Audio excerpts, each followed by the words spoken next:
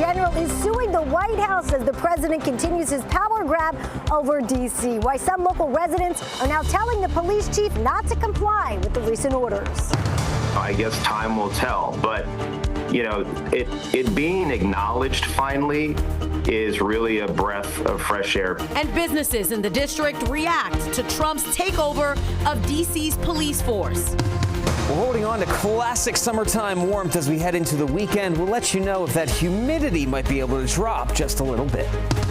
It's Maryland tax-free week, and you can cash in before it ends. We're stretching your dollar with where to grab some great deals. And a Northern Virginia figure skater hitting backflips on the ice. We're introducing you to the 20-year-old headed to the Winter Games. You're watching the station covering all of the DMV. This is DC News Now. All this administration does is lie and lie and lie. You know, it depends on how they're utilized. Is it a show of force? Is it the presence of them? Would that help? A major turn in the district today. D.C. suing the Trump administration for its federal takeover of the police department. I'm Tosin Fakile. Thank you for joining us. Mark Hall will join us starting at 6. D.C. Attorney General Brian Schwab says the administration abusing its temporary power. It comes as Attorney General Pam Bondi appointed Terry Cole, head of DEA, as police commissioner. Cole spoke to D.C. officers today, saying D.C. Police's chain of command is still in place. Then businesses around the district continue to speak out. One owner says he closed his doors in Chinatown for safety reasons. The latest on the White House crackdown on homeless encampments, how people looking for help can get it. And we do have team coverage for you this afternoon. DC News Now's Randy Bass has more from that business owner. We'll hear from her in just a minute. But first, we head to DC News Now's Marielle Carbone. Marielle, you've been in court this afternoon. What came of it? Well, Tosin, we're still waiting for any decision or resolution. The court hearing is still happening. But what I can tell you, all of this, the basis of why we're here today, stems from an executive order that Police Chief Pamela Smith issued yesterday and that we reported on, which laid out what MPD can and can't do in terms of working with federal immigration enforcement. Now, because of that order, the government argues that it had to name Terry Cole as the emergency police commissioner, really taking over the responsibilities from Police Chief Smith. So today in court, attorneys for D.C. Says that the president does not have the power to do this or to take full control of NPD. And the judge really agreeing to an extent, saying that under the Home Rule Act, there is no specific language where it states the president can take total control over NPD. She also says that it doesn't say that officers can be told by an emergency police commissioner what they cannot do when they're on duty. Now, the White House is arguing that it had to name that police commissioner because of Chief's latest order, which they say has caused confusion, especially in terms of the chain of command. The judge did ask both sides to work on a temporary agreement together to get them through the weekend. That was at 3 o'clock. They were supposed to come back at 3:15 with that temporary agreement. We are still waiting to hear more. Meanwhile, neighbors were out protesting the order from Bondi today. I think the most recent effort by Bondi to hire a new person to take over as head of police is wrong, is just wrong. Well, it's also illegal. Yeah. It's illegal for her to do this, and if we don't stand up, they'll keep knocking us down. So again, we're still waiting to hear if the judge will put in a temporary restraining order stopping Pam Bondi's executive order from yesterday from going into place.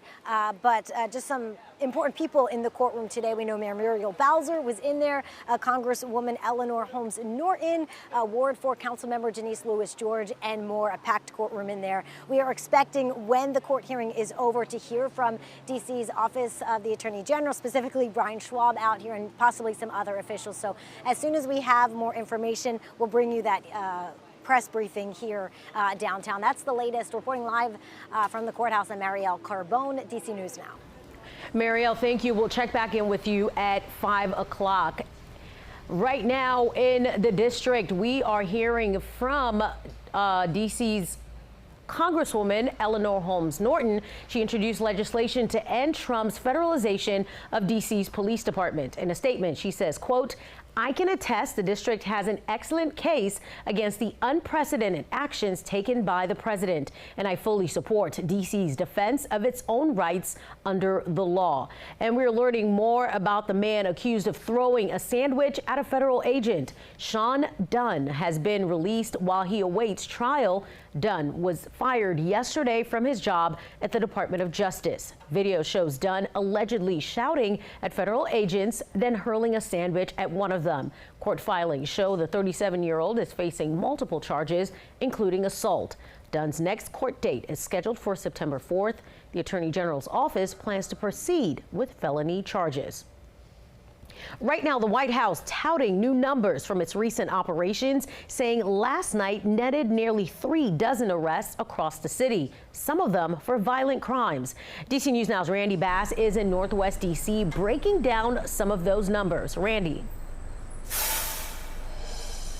Yes, the White House sharing some of those arrests were for warrants for violent crimes, carrying out warrants for both first-degree rape and first-degree murder, with more than 1,700 officers and agents involved in those operations across the city.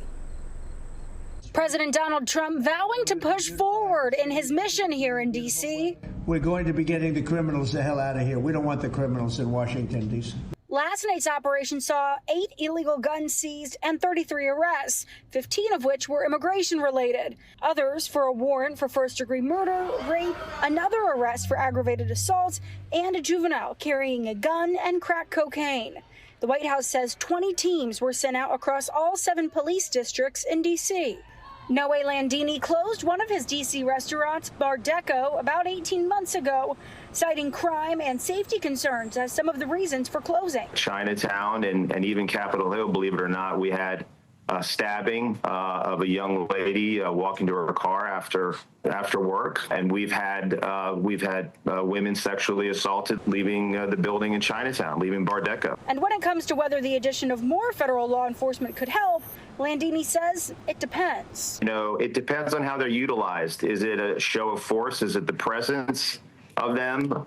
Would that help? I guess time will tell. But, it being acknowledged finally is really a breath of fresh air.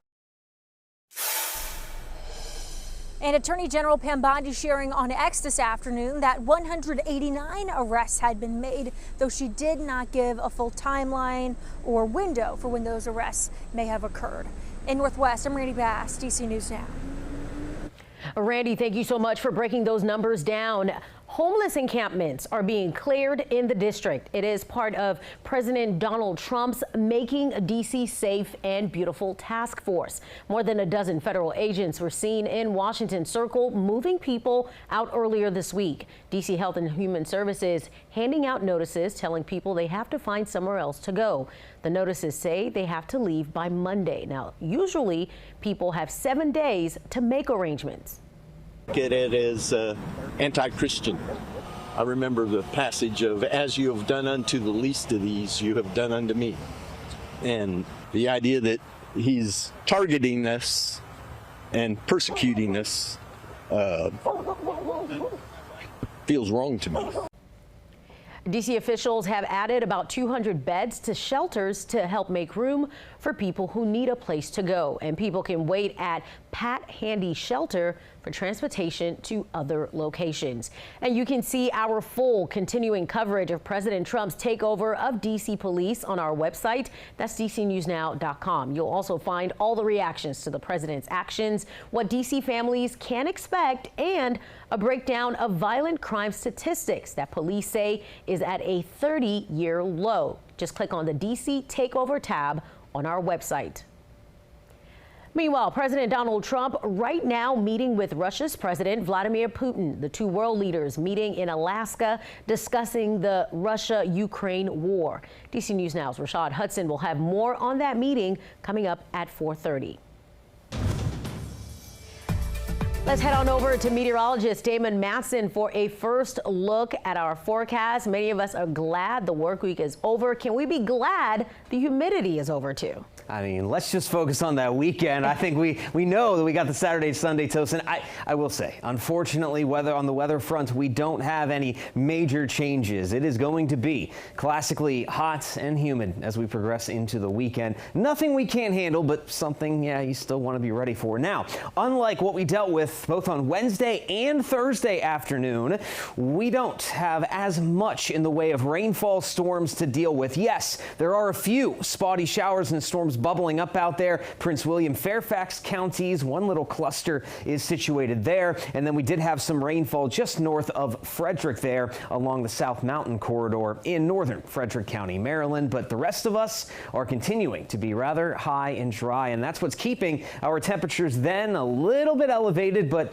not too typical. It's pretty typical for this time of year anyway. Upper 80s, low 90s. That's what we have on the temperature front, and we'll stay there for the next few hours. So we have another hour or two with the spotty showers and storms. Then it's quiet with warm and muggy conditions continuing into the night. So as we head into the upcoming weekend, should we be ready for any additional rainfall? We'll have a full look at your forecast coming up here in just a bit. Hi, Damon. We'll check in with you soon. Thank you. In Fairfax County, police are investigating a crash that sent a man to the hospital. It happened in Springfield in the area of Hunter Village Road and Rockledge Court. Officials say the man has life-threatening injuries. And Montgomery County Police looking for the driver involved in a hit and run that sent a man to the hospital early this morning. It happened in the 12,400 block of Georgia Avenue. That's the stretch near Glenmont Metro Station. The man who was hit had minor injuries. Police are looking for the driver of the vehicle and the vehicle itself.